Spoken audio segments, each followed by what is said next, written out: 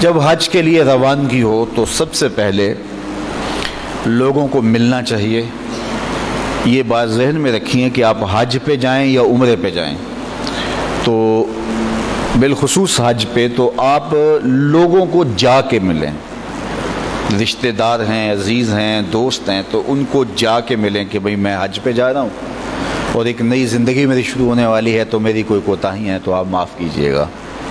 اور جب کوئی حاجی واپس آئے تو پھر وہ جائے نا لوگ اسے ملنے آئیں، یعنی جب کوئی جا رہا ہو تو ہمارے عموماً یہ ہوتا ہے کہ اس وقت محفل کی جاتی ہے اور سارے رشتہ داروں کو گھر بلا لیا جاتا ہے، چلو شکرانے کی محفل، اس میں حرج نہیں ہے،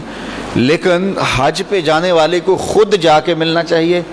اور آنے والا پھر جو ہے وہ ہمارے یہاں ہوتا ہے، جو آنے والا ہے وہ کھجوریں دینے کے لیے، پانی دینے کے لیے وہ گھر گھر جا رہا ہوتا ہے۔ تو یہ ہے کہ جاتے ہوئے حاجی کو جانا چاہیے اور آتے ہوئے لوگوں کو آنا چاہیے، اس لیے کہ جاتے ہوئے اس کی غرض ہے کہ یہ معافی چاہ لے، اور آتے ہوئے ان کی غرض ہے کہ وہ اس سے دعا لیں کہ وہ اللہ کے گھر کو دیکھ کے آیا ہے۔ اور حاجی جب بیت اللہ کی حاضری کے بعد واپس آ رہا ہوتا ہے، صحیح حدیث میں آتا ہے اس کے گھر میں داخل ہونے سے پہلے جو دعا نکلتی ہے وہ مستجاب ہوتی ہے۔ تو حاجی کا جو استقبال کرنے لوگ جاتے ہیں تو یہ اپنی لالچ میں جاتے ہیں کہ اس سے ملیں اور اس کو دعا کا کہیں۔ تو آج کل تو مزید سہولیات ہو گئی ہیں، فون کر کے میسج کر کے بھی کہا جا سکتا ہے جناب میرے لیے دعا کر دیجیے۔ تو حاجی کی گھر میں داخل ہونے سے پہلے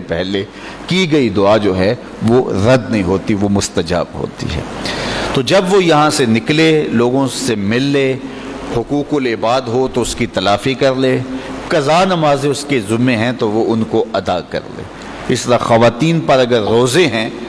ایام خاص میں رمضان میں ان سے روزے چھوٹے ہوئے ہیں تو ان روزوں کو پہلے قضا کر لیں، قرض دینا ہے تو قرض ادا کر لیں۔ تو اس کے بعد جو ہے وہ کچھ لوگ ایسے ہوتے ہیں کہ وہ قرض نہیں دے رہے ہوتے، حج پہ جا رہے ہوتے ہیں، تو اگر آپ کے اوپر قرض ہے اور قرض ادا کرنے کے بعد آپ صاحب استطاعت نہیں رہتے تو حج آپ کے اوپر واجب ہی نہیں ہے۔ تو کچھ لوگ نفلی حج کر رہے ہوتے ہیں اور بار بار کر رہے ہوتے ہیں، اور جو رقم لینے والے ہوتے ہیں وہ تقاضا کر رہے ہوتے ہیں، وہ ان کو نہیں دے رہے۔ تو لوگوں کے پہلے حقوق ادا کریں، حقوق العباد، اور جو اللہ کے حق ہیں آپ کے ذمے۔ کچھ اللہ کے حق ایسے ہیں کہ اس سے آپ معافی مانگیں گے تو معافی ہے، اور کچھ ایسے حقوق ہیں کہ معافی بھی مانگنا ہوگی اور ساتھ ان حقوق کو ادا کرنا ہوگا، جس طرح نمازیں ہیں، قضا ہے، زکوٰۃ ہے آپ کے ذمے، آپ نے کئی سالوں کی زکوٰۃ نہیں دی تو وہ ادا کرنا پڑے گی۔ اسی طرح روزے ہیں آپ کے ذمے تو وہ ادا کرنا پڑیں گے۔ منت مانی ہوئی ہے، بعض کا انسان کو منت مان لیتا ہے، بعد میں کسی وجہ سے اس کو پورا نہیں کر سکتا، اللہ تعالیٰ وہ کام کر دیتا تو وہ پوری نہیں کرتا۔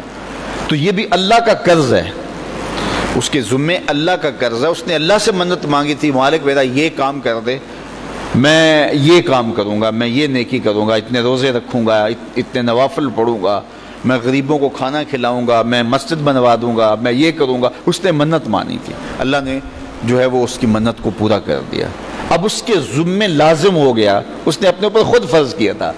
کہ یہ میں تیرے سے عہد کرتا ہوں، اب وہ قرض ہے اس کے ذمے اللہ کا، تو حج سے قبل اس کو وہ قرض ادا کرنا ہوگا۔